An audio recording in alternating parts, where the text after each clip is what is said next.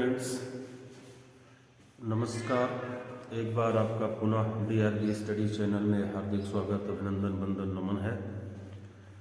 आइए हम लोग पुनः अतीत की दुनिया में चलें। इतिहास का वो पिछला भाग जो अभी छूटा हुआ है उस पर चर्चा करें। तत्पश्चात बीच बीच में बहुत सारे वीडियोज़ आपके सामने प्रस्तुत करता रहूँगा। सहयोग बनाए रखें, निश्चित रूप से लाभ होगा और अच्छा ज्ञान प्राप्त करेंगे। आइए देखते हैं प्राग इतिहास की कड़ी में आगे। जैसा कि मित्रों आप जानते हैं, प्राग इतिहास हमने आपको बताया था उस काल को कहते हैं जहां से हमें कोई लिखित प्रमाण नहीं मिलता है। प्राप्त पुरावशेषों के आधार पर ही हम उसकी व्याख्या करते हैं। तो प्राग इतिहास को मुख्यतः 3 भागों में बांटा गया है: पुरापाषाण काल, मध्यपाषाण काल, नवपाषाण काल। तत्पश्चात चूंकि जब मानव द्वारा खोजी गई जो पहली धातु है तांबा जिसको कहते हैं, जब तांबे की खोज हो गई तो उस तांबे के साथ साथ मानव ने पत्थरों का भी प्रयोग किया था, इसलिए उसको ताम्रपाषाण काल कहते हैं। अभी इस टॉपिक के बाद हम उस पर भी चर्चा करेंगे। ताम्रपाषाण काल पुनश्च कांस्य युगीन सभ्यता आएगी, जिसको सिंधु घाटी सभ्यता के नाम से जानते हैं। तो आइए हम लोग चर्चा करें सबसे पहले प्राग इतिहास के ये जो पुरापाषाण काल है, मध्यपाषाण काल है, नवपाषाण काल है।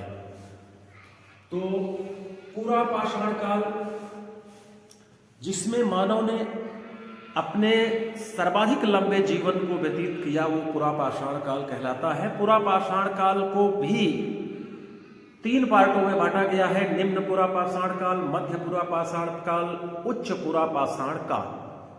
तो यहाँ पर चूंकि इतना विस्तृत अध्ययन कराएंगे हम जिसमें आपको कुछ अछूता ना रह जाए, प्रयास यही रहेगा ज़्यादा से ज़्यादा तथ्य आपको मिले, किंतु वीडियो बहुत ज़्यादा लंबा भी नहीं रखना चाहता हूँ। तो कुछ शॉर्ट आउट किया हूँ जिसको आपको समझाने का प्रयास कर रहा हूँ। उसको सीखिए, ध्यान से अध्ययन करिए, वीडियो को लाइक करिएगा, शेयर करिएगा और कमेंट निश्चित रूप से दीजिएगा। तो ये जो पुरापाषाण काल का समय आता है तकरीबन 25 से 20 लाख ईसा पूर्व की बात है। तो यहाँ पर पुरापाषाण कालीन पुरातात्विक स्थलों में सोहन नदी घाटी, बेलन नदी घाटी और नर्मदा नदी घाटी के तटों पर इसके पुरावशेष पाए गए हैं। इसमें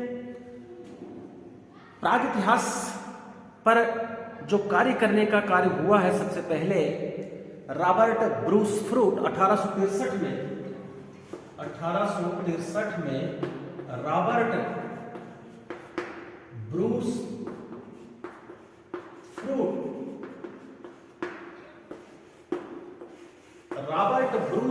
ने 1863 ईस्वी में सर्वप्रथम मद्रास के पल्लवरम नामक स्थान से यह हैंडेक्स खोज निकाला था। इसको हैंडेक्स संस्कृति के नाम से भी जानते हैं या मद्रास संस्कृति के भी नाम से जानेंगे। पुरापाषाण काल में ये जो निम्न पुरापाषाण कालीन संस्कृत की बात हो रही है उसमें है। तो रॉबर्ट ब्रूस फ्रूट को प्राग इतिहास का जनक भी कहते हैं। रॉबर्ट ब्रूस फ्रूट को 1863 ईस्वी में इन्होंने मद्रास के पल्लवरम नामक स्थान से ये सबसे पहले हैंडेक्स की खोज किया था। तत्पश्चात 1935 ईस्वी में डी टेरा और पीटरसन ने एल कैम्ब्रिज दल अभियान जिसका नेतृत्व कर रहे थे, इन्होंने कश्मीर घाटी में पोतवार क्षेत्र में इन्होंने बहुत सारे पुरातात्विक सामग्रियों का खोज किया, वहां पर अध्ययन किया, बहुत सारे अवशेष प्राप्त किए, पत्थरों के औजार प्राप्त किए, जिसमें पुरापाषाण कालीन जो औजार हैं उनमें हैंडेक्स है, क्लीवर है, स्क्रैपर है। ऐसा कि हमने आपको बताया कि इनके जो साक्ष्य पाए गए हैं सोहन नदी, बेलन नदी, नर्मदा नदी, भीम बैठका के कुछ शैल चित्रों के माध्यम से भी हैं। तो हैंडेक्स, क्लीवर, स्क्रैपर यहीं पर एक शब्दावली आती है मित्रों, इनको कहते हैं चॉपर, चॉपिंग, चॉपर चॉपिंग संस्कृति, टेबल उपकरण। ये बहुत इंपॉर्टेंट चीज है मित्रों, जरा ध्यान से देखिएगा। Chopper, chopping, table. चॉपर एक प्रकार से जैसे देसी भाषा में हम लोग उसको कहते हैं गड़ासा होता है, गड़ासा। तो पत्थर को एक तरफ फलक उसकी काट दी जाती थी, वो चॉपर है। और जब फलक दोनों तरफ काट दी जाती थी, ऊपर नीचे दोनों तरफ, तो चॉपिंग हो जाता था। और ये पेबुल क्या है? पेबुल का मतलब होता है वो उपकरण जो नदियों में बहते हुए घिसते हुए चिकने से हो गए थे, वो पेबुल कहलाए। तो इस प्रकार की जो औजार है, ये पूरा पाषाणकालीन औजार है। पूरा पाषाणकालीन संस्कृति में जैसा कि अभी चर्चा हुई, निम्न पुरा पाषाण काल, मध्य पुरा पाषाण काल, उच्च पुरा पाषाण काल। तो निम्न पुरा पाषाण काल की एक सबसे बड़ी बात थी कि जो आग की खोज है, आग की खोज, ये निम्न पुरा पाषाण काल की देन है। हालांकि आग का प्रयोग जो है वो नव पाषाण काल में होगा, लेकिन खोज हमारे यहां निम्न पुरा पाषाण काल में ही हो गई थी। इस समय का मानव और पशु में कोई खास अंतर नहीं था। ये यायावरी घुमक्कड़ू जीवन व्यतीत करते थे। नंग दिड़ंग खुले आसमां के नीचे कच्ची मांस का भक्षण करते हुए गुफाओं कंदराओं में निवास करते थे। इनका जो सभ्यता और संस्कृति से, धार्मिक जीवन से कोई मतलब नहीं था। ये पशु और मानव में ये कोई विभेद नहीं था इस समय के मानव में। जैसा कि आप जानते हैं, ये जो बेलन नदी है, ये टोंस की सहायक नदी, यहां से उच्च पुरा पाषाण काल की एक अस्थि निर्मित, मोस्ट इंपॉर्टेंट लगा लीजिएगा, अस्थि निर्मित मातृदेवी की मूर्ति पाई गई है। अस्थि निर्मित उच्च पुरा पाषाण काल की है। ये आपको इंपॉर्टेंट है, इसको याद रखिएगा। इनके जो प्रमुख औजार है, हैंडेक्स है, क्लीवर है, स्क्रैपर है। सोहन नदी घाटी ये जो है पंजाब प्रांत में पड़ती है, वर्तमान पाकिस्तान में। बेलन, नर्मदा और ये भीम बैठका, ये सब पूरा पाषाण कालीन औजार है, स्थल है।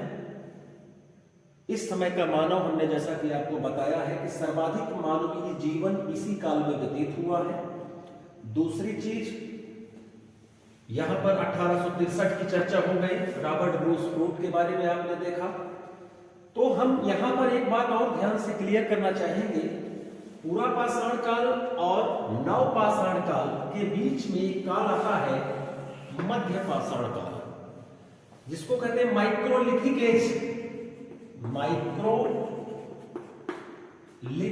एज, मिडिल स्टोन एज भी कहते हैं, माइक्रोलिथिक एज। तो यहां पर एक आते हैं पुरातत्वविद सीएल कार्लाइल,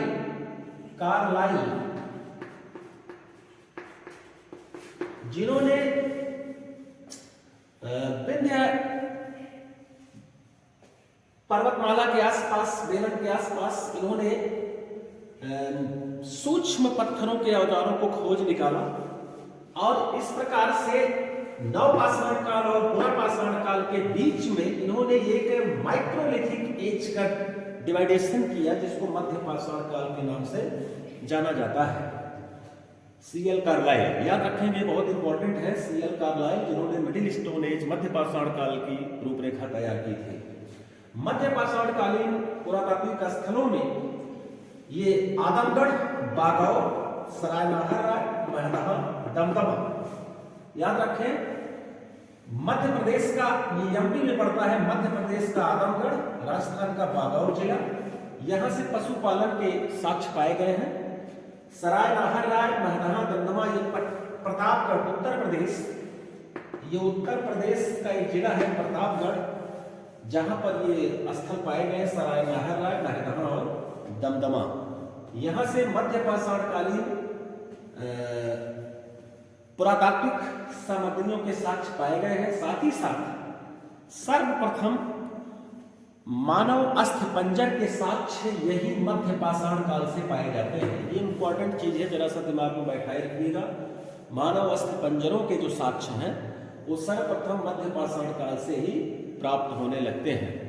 अभी जब हम इस काल की संस्कृति पर चर्चा करेंगे तो हम बहुत सारी चीजों का डिटेल्स आपको बताएंगे। अभी थोड़ी सी चर्चा यहाँ पर हो रही है। तो ये पशुपालन के साक्ष्य प्रस्तुत करते हैं आदमगढ़ और बागौर। मोस्ट इंपॉर्टेंट क्वेश्चन बनता है, यहाँ से कंपटीशन में क्वेश्चन पूछे जाते हैं। यूजीसी नेट वगैरह में भी कंपटीशन में भी सराय नाहरराय महदहा दमदमा, महदहा दमदमा प्रतापगढ़ की पट्टी तहसील में है। सराय नाहर भी प्रतापगढ़ में ही स्थित है। और यहाँ से अस्थि पंजर के साक्ष्य, मानव अस्थि पंजर के साक्ष्य मिलने शुरू हो जाते हैं। मध्य पाषाणकालीन एज को माइक्रोलिथिक एज कहते हैं। इसलिए कहते हैं क्योंकि यहाँ पर जो औजार मानव ने बनाए वो सूक्ष्म औजार बनाए। जैसा कि पूरा पाषाण काल में मानव औजारों को बड़ा बड़ा बनाता था, बड़े बड़े औजार लेके जाता था, उन औजारों को इस समय के मानव ने सूक्ष्म बनाया, नुकीला बनाया, धारदार बनाया, जिससे शिकार आसानी से किया जा सके। तो इसीलिए इस एज को मध्य पाषाण काल को माइक्रोलिथिक, माइक्रो माने सूक्ष्म, लिथिक माने औजार, माइक्रो सूक्ष्म औजार काल के नाम से जानते हैं इसको। यहाँ पर सूक्ष्म औजार बनाया मानव ने, जिसको एक व्यक्ति आसानी से किसी भी शिकार को आसानी से शिकार कर ले। ये मध्य पाषाण काल है। अभी बहुत सारी चीजों पर हम इस पर डिस्कशन करेंगे, आगे बढ़ते रहेंगे। ये थोड़ा सा अभी आपको हम दे रहे हैं मैटर। आइए देखते हैं नियोलिथिक एज, नवपाषाण काल। नवपाषाणकालीन मानव इन दोनों कालों की अपेक्षा यहाँ पर इनके पास दिमाग बढ़ा, ये दिमागी हुए नवपाषाणकालीन मानव। और यहां से सबसे पहले तो इनके अंतर्गत एक कृषि का भाव पैदा हुआ। कृषि का भाव पैदा होने से क्या हुआ, अस्थायी जीवन आ जाएगा। अस्थायी जीवन होने के पश्चात इन्होंने क्या किया, पशुपालन किया। पशुपालन करने के पश्चात ये आग का प्रयोग करना शुरू कर दिए। ये सबसे बड़ी बात है। नवपाषाणकालीन मानव आग का प्रयोग प्रारंभ कर दिया। यहीं से ही पहिए का आविष्कार होगा, कुंभकारी प्रथा की शुरुआत हो जाएगी और कृषि क्षेत्र में परिवर्तन होगा। कृषि करना शुरू कर देंगे तो अस्थायी जीवन हो जाएगा। इसका इस समय के जो पुरातात्विक स्थल है, जिसमें बुरजाहोम, गुफा कराल, चिरांद, पिकलीहर, मेहरगढ़ और कोल्डिहवा, यहाँ से हम बहुत सारी चीजें चर्चा करेंगे। बुरजाहोम, गुफा कराल ये कश्मीर प्रांत में स्थित है। बुरजाहोम से बुर्ज माने गड्ढा, गर्त, वो माने घर, गर्तावास के साक्ष्य। ये क्वेश्चन बहुत पूछा जाता है कि गर्तावास के साक्ष्य कहाँ से मिले हैं। तो याद रखें, कश्मीर के बुरजाहोम से गुफा कराल भी ये नवपाषाणकालीन पुरातात्विक स्थल है। यहाँ से मालिक के साथ कुत्ते दफन होने के साक्ष्य पाए गए। मोस्ट इंपॉर्टेंट प्रश्न बनता है, कहाँ पर मालिक के साथ कुत्ते दफन है, तो ये बुरजाहोम गुफा कराल है जी। दूसरा, चिरांद बिहार में, यहाँ से हड्डी के उपकरण बहुत सारे पाए गए हैं। ये क्वेश्चन पूछा जाता है, नवपाषाणकालीन पुरातात्विक स्थल है। पिकलीहर, यहाँ जो बहुत इंपॉर्टेंट क्वेश्चन ये पूछता है, बराबर कर्नाटक में पड़ता है पिकलीहर। शंखों के ढेर पाए गए हैं, शंख के ढेर पाए गए हैं। मेहरगढ़ ये बलूचिस्तान में पड़ता है। यहाँ से प्राचीनतम कृषि के साक्ष्य, कच्चे घर के साक्ष्य, प्राचीनतम बस्तियों के साक्ष्य पाए गए हैं। मेहरगढ़ मोस्ट इंपॉर्टेंट लगा लीजिएगा मित्रों, ये बहुत ही इंपॉर्टेंट क्वेश्चन है जो पूछा जाता है बराबर। दूसरा सबसे इंपॉर्टेंट कोल्डिहवा, ये आपका प्रयागराज इस समय है नाम इसका, पहले इलाहाबाद, वर्तमान में प्रयागराज है, जहां से चावल के साक्ष्य पाए गए हैं। प्राचीनतम 6000 BC, 6000 साल पहले की बात है, जहां से ये चावल की खेती के साक्ष्य पाए गए हैं। तो मित्रों, आज ये हमारा छोटा सा एपिसोड रहा है, जिसको आप थोड़ा सा मॉडिफाई करें, समझने का प्रयास करें। इस पर अभी हम और डिस्कशन करेंगे और छोटी छोटी बातों पर हम इसमें अध्ययन करेंगे, इसको समझेंगे। एक शब्द आता है यहाँ पर मित्रों, जान लीजिए, बोल्डर कांग्लोमरेट। बोल्डर कांग्लोमरेट, ये क्या होता है? क्वेश्चन पूछता है बोल्डर कांग्लोमरेट क्या है। तो ये नदियों के द्वारा बड़े बड़े शिलाखंडों को पहाड़ों से काट करके बहा लिए जाते थे। तो वो बहते बहते रास्ते घिसते जब पहुंचते थे किनारे, तो वो जो मिलते थे उन्हीं को बोल्डर कांग्लोमरेट कहा जाता था। Boulder conglomerate. तो मित्रों, याद रखें, पुरापाषाण काल, मध्यपाषाण काल और नवपाषाण काल। अभी इसमें बहुत सारे पुरातात्विक स्थल आएंगे, बहुत सारी चीजों की चर्चा होगी, उसको हम और विस्तार से बताएंगे। तो नवपाषाण काल के पश्चात हम प्रवेश करेंगे ताम्रपाषाण काल में। आज के लिए धन्यवाद। वीडियो कैसा लगा हमें कमेंट जरूर करिएगा। चैनल को सब्सक्राइब शेयर जरूर करें, लाइक करें। धन्यवाद।